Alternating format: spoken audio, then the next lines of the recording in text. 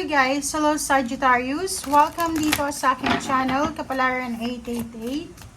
Welcome! Alamin natin kung anong messages, vibration, gabay, energy para sa lahat ng Sagittarius. Okay, Sagittarius, I hope na nandito ka pa sa aking channel. Thank you kung bago ka. Please, huwag mong kalimutan na i-like and share and subscribe ang ating ang ating channel and then ang ating mga videos. I-share mo siya, okay? Okay, Sagittarius, ang blessing na posibleng matanggap mo para sa first 15 days na to is a blessing of forgiveness, 31:4. So kung kailangan mo magpatawad ka. Kasi pag nagpatawad tayo, papatawaran din tayo ng Panginoon. Or yung mga taong pinagkakasalaan natin. So dito nakikita natin yung stability. So posibleng makakatanggap ka ng apology, ng forgiveness, or conciliation. Basta nandito yung energy na to. So, mayroong mga pagpapatawaran, a new relationship, new beginnings, or kung ano man siya na new para sa'yo. Okay? Forgiveness. Forgive your relationship. Ikaw lang nakakaalam dyan kung ano yung ipo-forgive mo. Attachment. Okay. So, yung attachment na yan, sinasabi sa'yo, Sagittarius na, number 5, meron kang medyo pag-aalala.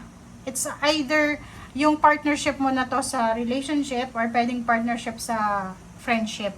Okay, so pwedeng ibang tao yan. Posibleng ikaw ay nag-aalala para sa mga kaibigan ng iyong asawa, ng iyong kalibin, ng iyong kapatid, or kung sino man, basta meron kang inaalala na negative attachment.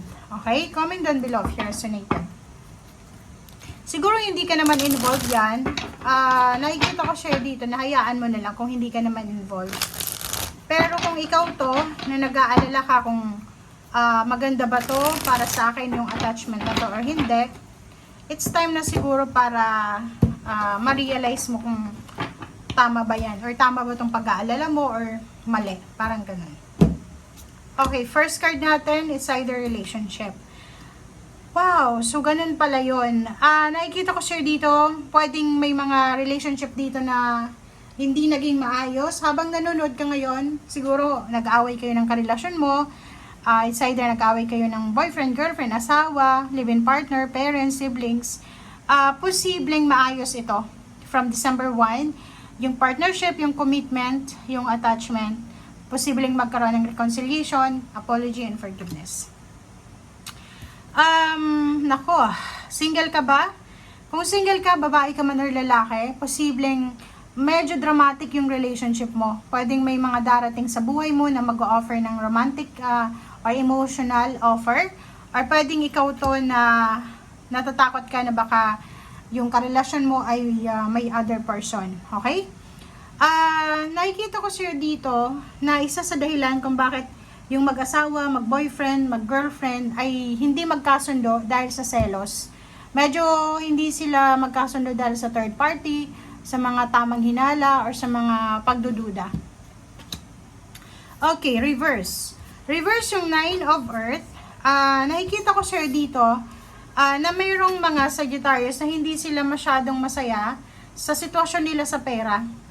Meron kayong plano regarding money, like gusto nyo bumili ng sasakyan, bumili ng bahay, lumipat ng bahay, but hindi nyo siya masyadong sigurado sa ngayon kasi hindi ka masaya sa sitwasyon mo, hindi ka kontento sa kung anong financial situation na mayroon ka sa ngayon.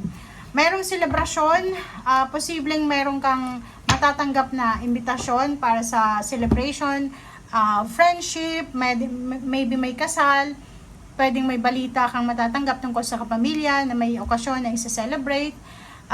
Nakikita ko siya dito na posibleng may matatanggap kang message from your parents or siblings na gusto nilang humingi ng tulong financial sa'yo. Okay? Makinig ka sa sinasabi ng iyong intuition and be patient. Huwag tayong masyadong mabilis magdesisyon. And nakikita ko siya dito na makakatanggap ka ng message, sulat, communication, chat, na kailangan mong pag-isipang mabuti. Okay? Pwede yung sulat na to or chat or call is hihingi ng tulong financial. Kailangan mong i-analyze yung situation, huwag kang magmamadali, wag nating madaliin yung ating pagdedesisyon. As much as possible, bigyan mo ang sarili mo ng isang araw para makapag-isip or dalawa. Mag-pause ka muna. Iwasan mo yung sobrang mabilis gumawa ng action kasi mahirap yon. Queen of Air, nakikita ko share dito na isang air signs, Gemini, Libra, and Aquarius babae ang posibleng papasok sa buhay mo para tulungan ka sa kung ano man itong pinagdadaanan mong hindi maganda.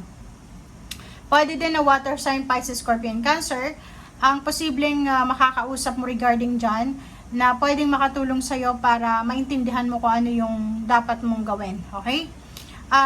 Isang earth signs or pwedeng isang air signs, Gemini, Libra, Aquarius, or water sign, Pisces, Scorpion, Cancer ang posibleng tutulong sa'yo regarding sa money kung may kailangan kang lump sum of money.